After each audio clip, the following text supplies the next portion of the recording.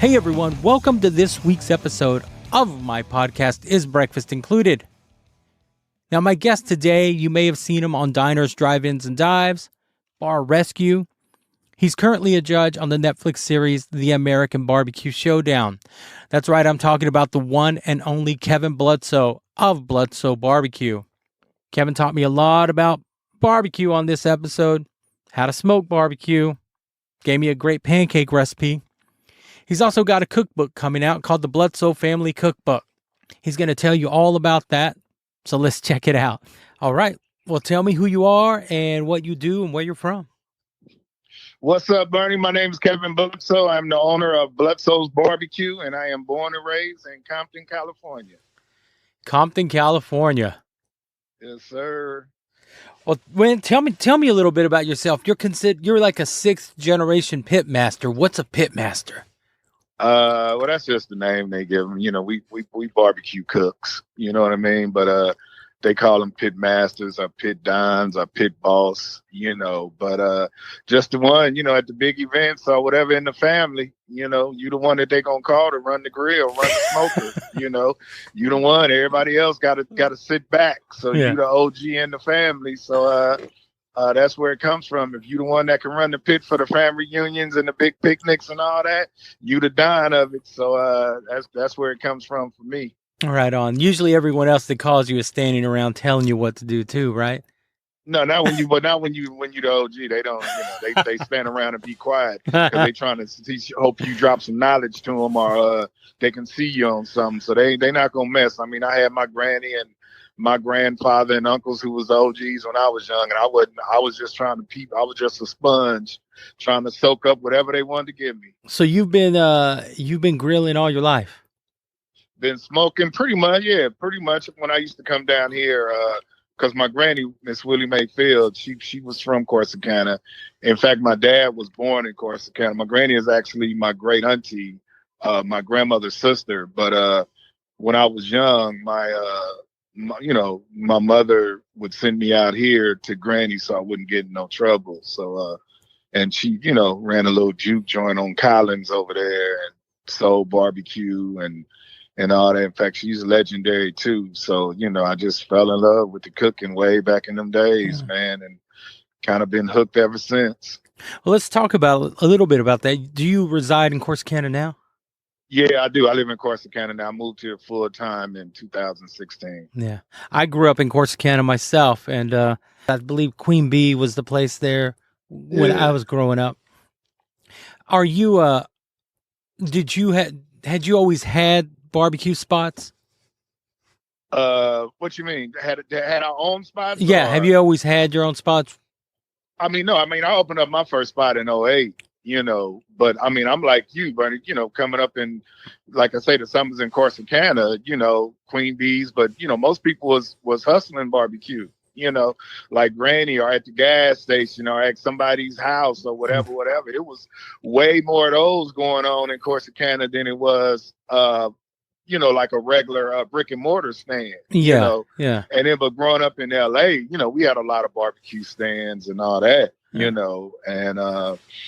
so for a time, we had probably more barbecue stands per capita than Dallas did in LA, because so many people migrated to LA from so many places. So, we had a lot of barbecue, but I didn't remember that many barbecue stands in Corsicana, but I just remember some legendary folks barbecuing in Corsicana, if that makes sense. Yeah, it does. It does. Did you ever think that you would make a living with barbecue? No, man. I went in when I graduated college. Like I said, my granny knew it because she would always tell me I was too much. Excuse my language. I was too much of an asshole to work for anybody. But I actually went to college and graduated and worked for the Department of Corrections for 13 years. My dad was at LAPD, and thought I was gonna go down them footsteps and stuff. But she was right. I was an asshole, so I ended up getting fired. And my granny used to always say, always have a legal hustle. Legal hustle meaning something that won't get you sent to jail. So, I catered and DJ'd for the longest, and that's where Bludso's came from. All right on, man. Growing up, like I said, I used to be able to go to a place and get a brisket sandwich for about $3.99. Yeah. two meat and a side plate for not much more. Does this surprise you how big barbecue has come? Like now, those prices are unheard of. I lived in Denton for a long time. There was a place called Steve's Barbecue, and I'd go in there, $7 and eat like a king. Yeah. But now a barbecue is just blown up. There's these places there. It's a big business now. Yeah, it's huge. I mean, mainly not really because it's blowing up is the price, just the meat and the well, maybe it is because the meat and just keeping up with your keeping up with the I'm losing my mind, Bernie. Keeping up with the demand right now. Mm-hmm. Keeping up with demand. I mean, it's only 2 briskets per cow, I believe. So, and brisket is so popular. And then, I remember oxtails. I do oxtails and pop-ups. They used to talk about oxtails on the Addams Family and the Beverly Hill Bullies like it was a throwaway meat. And I remember I got a paper somewhere from like 1974 where oxtails were like 59 cents a pound. And now oxtail someplace $16, $17 a pound. So it's just the demand. And yeah, barbecue became big mainly because of food TV and the popularity of that. But mainly, who don't want to eat barbecue and sit outside and cook and all that? I know, right? I'm getting hungry right now just talking to you, man. Yeah, you know what I mean? So when people started seeing that on TV and all that kind of stuff like that, man, it just went out the window. But for like a real Texan like you grew up with good barbecue. So, but some people living in cities and all that where they didn't have real barbecue or whatever, because I say you can find good barbecue anywhere. I'm not one of them who believes the best barbecue comes from here or there, whatever. The best barbecue comes from whoever's putting it down, and running that pit, know. Yeah. Like I'm from LA, and a lot of people say, oh, LA got good Mexican food. Yeah, LA do got good Mexican food, but all the Mexican food in LA is not good.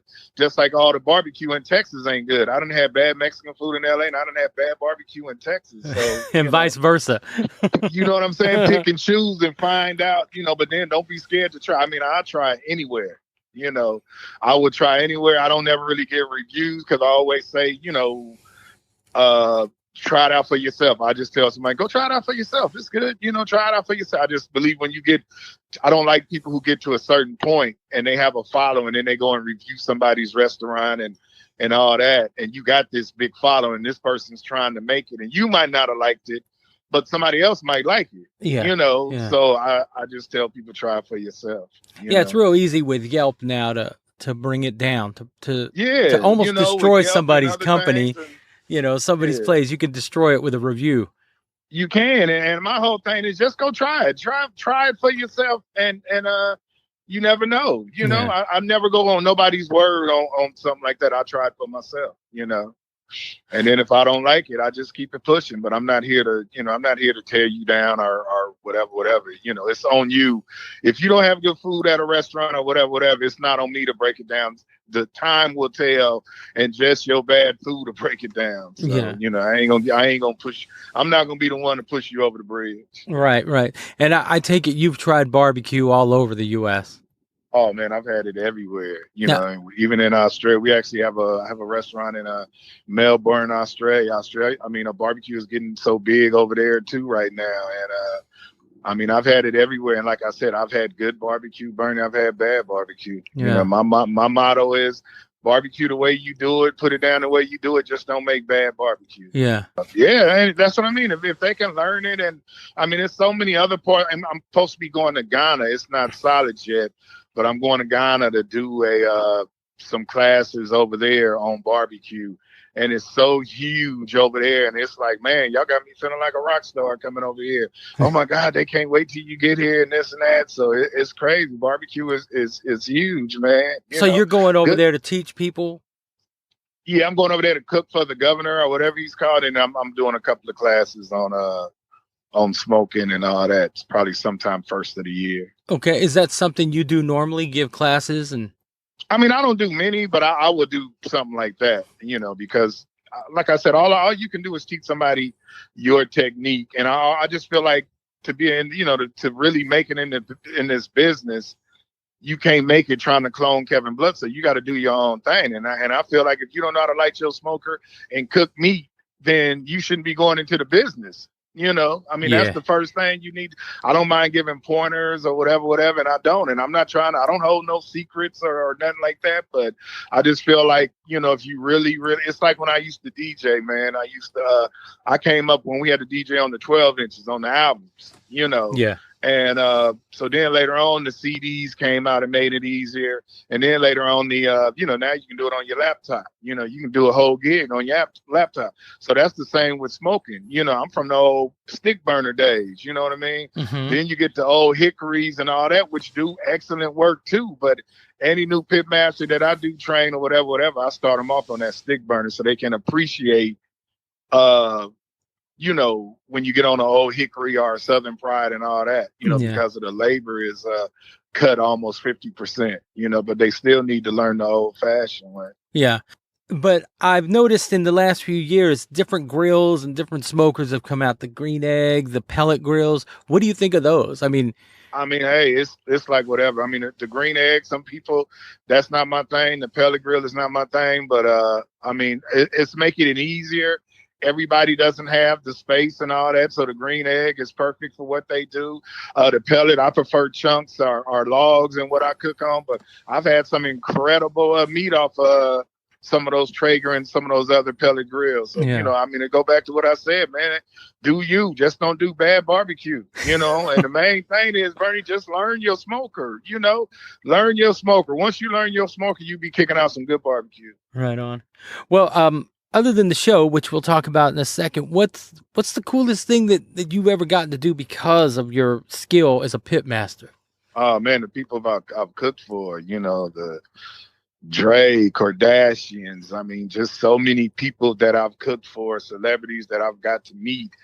Kanye, and they want to meet you. That's the crazy part. You know, hey, can I get a picture with you? What the hell? I'm about to ask you the same thing. You know, just the people that you meet and that you get to cook for and how cool they are.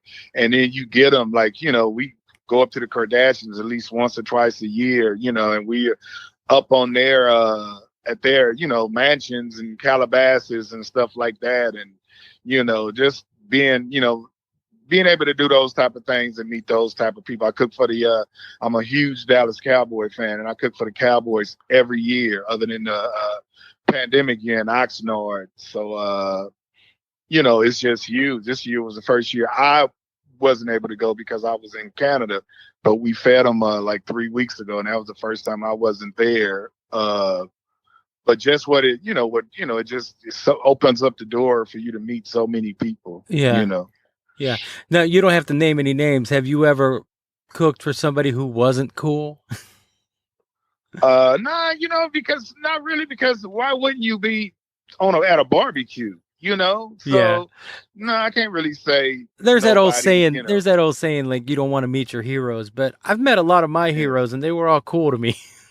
Yeah, I think a lot of times it's you. I mean, you probably cool as hell, B. So, and that's the whole thing. I just feel like if you kill game, recognize game. If you kill, if you cool, they're gonna be cool with you, you know? Yeah. So, I mean, I'm not gonna go nowhere, whatever. I'm not gonna bombard nobody. I'm here to do a job and all that. And I think as long as everybody know the guidelines, I'm gonna be respected. I'm gonna respect you. I don't think it's no problem. I mean, I know it's some assholes out there. I know, but I haven't ran across none. Yeah, I've ran across some assholes. Have you name a name? Give me one name. No. When we talk in person, you toured with some assholes? No, I never toured with no assholes. I've been, for lack of a better term, I've been very fortunate and blessed to the people I've worked with are very cool. Like the current band I work with, I've been with them for almost 12 years, and I've had offers to go, and I've worked for other bands, but I stay where I know. I always say you stick with the devil you know. But they've been good to me, so you know. But I've run across people that weren't very pleasant in this industry, but no one that I've ever worked for. Yeah, so like somebody you guys might be on another band that's on tour with you guys. Sometimes, yeah.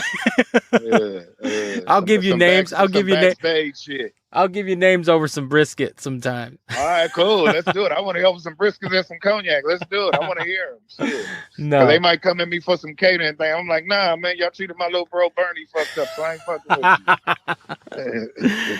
Well, man, can we talk about this show? Is it cool to talk about it a little bit? Yeah, man, whatever. You got So me. Whatever you want to talk you about. you are a judge on this show called Great Barbecue Showdown. American Barbecue Showdown. My Yeah, bad. Netflix show did real well last year. We filmed it in Georgia. Me, Rutledge Wood, Lyric, and Melissa Cookson, and we filmed in Georgia, and it was one of the most. I've done a lot of shows, but that had to be one of the most incredible, emotional shows I've ever did in my whole career, and I mean, it just gets down to it. I'm not saying it's better than any other show, but this is a real low and slow type of show where we gave them real barbecuing jobs to do, and they did it. So, I mean, they was cooking anything from briskets to beavers and raccoons and possums and all that, man. It was an incredible show, man. I really enjoyed doing it. Yeah, I'll have to say I'm halfway through the first episode, and no one's cooked the pig head yet. Oh yeah, well all that's coming. Just sit back and enjoy. So you need to binge watch that before you get back on the road. But it's coming. You gonna really enjoy it. But it's a real good show. Yeah, I was just watching it before I called you, and I got really hungry. And, I like to eat, man. I'm not gonna lie. How did you land that gig, man? I mean, well, they see your work. I mean, I do. I've worked with Bobby Flay. I do Bar Rescue. I've done a lot of other shows, and they know your work. So producer call you, and in fact, that's the reason why I was over in Canada. So I'm just getting back from Canada. I've been home about a week, but I was actually under contract to do episodes of Fire Masters at that time, which I was doing the episodes, and I got the call.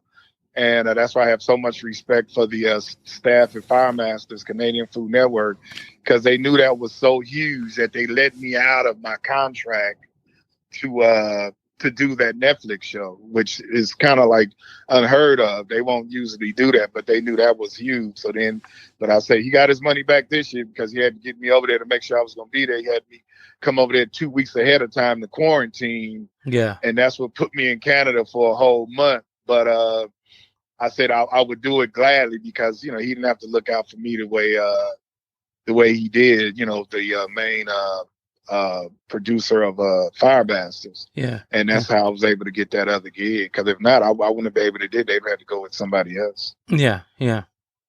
Well, that was really cool of them. Yeah. So, how do you know how they choose the contestants on that? Do they go by their story or their style? I mean, they kind of go. They want a story, but we don't really know. They don't want the judges to get too much history on whatever. When we on that first show, that's our first time meeting them. We don't know nothing about them other than they'll give you paperwork on that first morning of them, who they are, where they're from, whatever. Like Sylvia, I know Sylvia from LA. In fact, she went to school with my dad, and she was on there. And but I never, you never know that until that time and whatever. So you learn the story as the show gets filmed. You learn the story on that day. You learned their story on that day, and they knew that I had, knew Sif, not like we were, friends of friends, but I knew her, and she's like one of my OGs in this business. So it was hard for me, like when I had to critique her. Yeah, it was kind of hard for me, but I had to do it on some things. But it was hard. It was like critiquing your mama, know. Yeah. So, yeah, but it was cool. I would I really it was some long hours, some long hot days, but it was a real good show. And when you watch it all the way through, you'll see exactly what I'm talking about. Yeah, I'm looking forward to finishing it. Do you ever learn did you learn anything from the contestants? Oh yeah, I mean, and do you learn from others? Yeah, you learn. Like Rashid is one of the OGs on it. And just different methods of cooking. Rashid, just that I've always been influenced by Caribbean cooking, Jamaican cooking, and all that, and just learning some of the things that he did. One chef made the best burger I had in my life, and I've been making my burgers like that ever since. You know, I was gonna say Rashid's cooking is what's getting me hungry. Yeah, Rashid is he's a beast. That dude is You can almost see the beast. flavor. Yeah, y'all got it. In fact, he's coming out here to do a show to come interview me in October. You got to come out here and meet him if you ain't on the road, because he'll be out here staying with me for about 3 days, and we was gonna cook up a gang of stuff. I was gonna invite you and your bros over here then, because it's gonna be a gang of food going out the door. Well, let me know when that happens, because I'll definitely, I'll let if you I'm know in for town, I'll sure. make the time to come down. Yeah, I think you be on the road more than I'll be on the road, from what I hear. Man, I've been home for about a little over a year and a half, but it's looking like we're gonna start doing shows. Yeah. This whole COVID willing is what I say. We'll be doing shows. So do you live in Corsicana when you off the road? no, sir. I live in Denton, Texas. Then okay, yeah, you said that. My bad. Yeah, I've been up in this part of North Texas for the better part of my life. I moved to Denton in 1992 and have been in this area since then. Back when it was called North Texas State, huh? Well, actually, it was University of North Texas when I moved here. They had just changed the name. Oh, okay. And I was just excited that they filmed that movie here, Necessary Roughness. Oh yeah. My when I went to Bishop College in Dallas. It's actually Paul Quinn now, but and my cousin Bill Jones, who's out of Corsicana, was at SMU at football player, right? Yes, one of the best to come out. So I had an incredible time. I'm Division I and he Division. I'm Division III and he Division I, but some incredible weekends, and we used to always go party at North Texas State. This was back in the early '80s, but we used to always party at North Texas back in them days. Yeah. That's back when the Von Erichs used to hang out up here too. Oh yeah, the Von Erichs and all the rest of them WCW dudes. I tell people all the time. I said, man, back in them days when I would come out here in the summer, the Von Erichs liable to be wrestling at Corsicana High, because they would remember they would take wrestling on the road to the local high schools and stuff back in those days. Yeah. Right there at they would do it there at the rodeo place too. Yeah. My granny used to take it. My boy, who I still love to this day, that goddamn Terry Funk. I loved me some Terry Funk coming up. Shit, the Funk Brothers, I was watching Roadhouse, and I said, "Oh, that's Terry Funk. I love that dude." What is your preferred?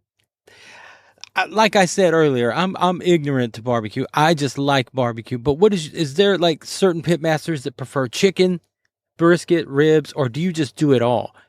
I do it all, but I prefer cooking ribs or brisket. I think any pitmaster should know how to master a brisket. And like I said, that is the best. The first thing, anytime you go into a barbecue restaurant, if you're a barbecue person, the first thing you probably gonna want is to try their brisket. And if you get some good brisket, then everything else is gonna be pretty good. So I love brisket. I love the like I said, I have the pitch now, the commercial pitch, but you still got to work them, but I don't have to work them like I used to have to work them. But every once in a while, I still like to put a brisket on in my backyard here, just to get up on a Saturday morning, cook a brisket all day, like the old way, Yeah. I still enjoy doing that. And believe it or not, I'm not even a big brisket eater, I'm gonna try your brisket, but when I go to a restaurant, I want ribs and sausage, and I might want sausage the most. Yeah, I want to taste your links and see what your links taste like. I'm a chicken guy. I like chicken. Yeah, that's a hint, Kevin. That's a hint. I got you. Yeah, we had to do it's a lot of barbecue restaurants back in the day wouldn't even do chicken. You remember? Yeah.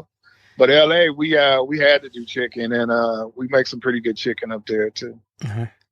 Well, man, you got anything coming up you want to talk about? Man, it's so much, but just we're about to start filming the season 2. Got approved for we're supposed to start. Let me just say that it's negotiation time, so I don't never count my chickens before they hatch. But supposed to go back on the road with season 2 of the Great American Barbecue Showdown in November or December, and then working on a couple of other shows for myself, and just staying busy with that, man, and still looking at maybe to open up a couple of locations and just hanging out in Corsicana. I'm going to see I'm going to K&K today to get me some barbecue. I get my fix from them or Smoking Guns or Tuckertown and all that. I still try to support some of the local barbecue places in the can out here. K&K, that's Kamar's place, correct? That is Kamar's place. I've had that barbecue. It was really good. It's really good. Yeah, he was actually featured in Texas Monthly with my boy Daniel Vine. Nice. Yeah, but well, that's about it. I'll ask you this. Since we're on the subject of food, my podcast is called Is Breakfast Included? And if it was, Kevin, what would you have for breakfast? Oh, man, I still like Southern breakfast, man. I go out here all the time and catch me some catfish and crappie, man. I have me some crappie and eggs and grits and biscuits and a shot of cognac in my coffee, and I think that's the perfect breakfast for me. Nice. I love Southern breakfast, man. Catfish and eggs, grits, salmon croquettes, all that. Steak and eggs. I mean, I love good sausage and egg, good bacon too, but give me some fish and eggs and I'm good. Nice. Fresh fish and eggs. What you like? Man, I'm as boring as they get. I'm a pancake guy. Anywhere I go, I just order pancake. No one's ever asked me what I want for breakfast, so thank you. Yeah. I'm a pancake guy.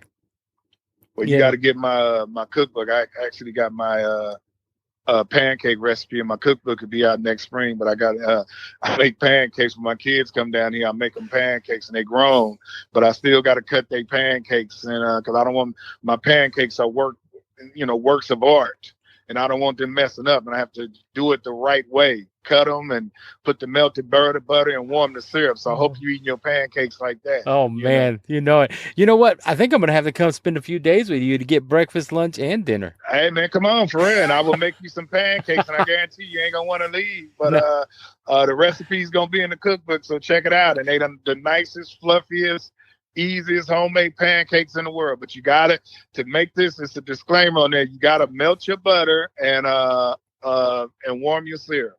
Nice. Yeah, I gotta have warm syrup. Yeah, you saw a lot of. You'd be surprised how many people do that and don't even. They pull it right out of the refrigerator, just pour it on there. Yeah, putting that hard piece of butter on there, all that hard ass syrup. No, you melt your butter. Then first I cut the pancakes, cut them, spread them out. Then I pour the melted hot butter on them, and then I pour the warm syrup on. Then it's time to get out. You know? Yeah. That's the way to do it. Don't be flipping up no pancakes, putting no big stick of cold ass butter on there, and then cut it after you put it on there and whatever. No, you already have them cut. And you'd be surprised. I've told people to do it that way, and they'd be like, "Oh my God, that's the best pancakes I ever had." Then another thing, I had a big discussion not too long ago on Facebook, because I clown on Facebook sometime, and I said, add water pancakes are the grossest thing in the world. And everybody, oh, you don't know how to cook them. You got to do this. You got to do. I said, it says just add water, and that is the grossest thing in the world. And if I go to a restaurant, they got to add water pancake, because I know if you're a pancake guy, you can tell. And I think that's the grossest thing in the world. Yeah, I'm guilty of having to add water pancakes. That's when I was. Oh, this interview is over. Don't tell me that and tell me you're a pancake guy. Them things are gross, man. No, it's not like I have them all the time. I have had them in the past when funds were a little tight. Oh, okay. I can understand that. My whole thing, you can't get no milk and butter and egg, then you shouldn't be eating pancakes. Go ahead. But where can people find you on social media? Kevin on Instagram, Kevin Bludso's BBQ, and on Facebook, just Kevin Bludso. They can go, my page, and I also have a 2 pages on Facebook. They can find me, and then they can find the restaurants at Bludso's BBQ. Well, Kevin, man, I know you're busy, and I appreciate you doing this, and I know my brother hounded you for a couple of days, and then I just reached out. Cool. Jose don't play. But man, I appreciate you taking the time to talk to me, and man, I do want to come and get together soon. As soon as I get back into town, I'm going to hit you up. Hit me up, man, and make sure I'm in town. Lock me in, Bernie. Look forward to meeting you, bro. All right. Take care of yourself, man. All right, man. You too. Bye. Have a good one. Right on. Kevin Bludso. Damn, I'm hungry. Aren't you? Check him out on the Netflix series, The American Barbecue Showdown. Order his book when it comes out. Try that pancake recipe. Man, if you're ever in LA, check out Bludso Barbecue. All right, guys, I'm done. Have a great day. We'll talk to you next week.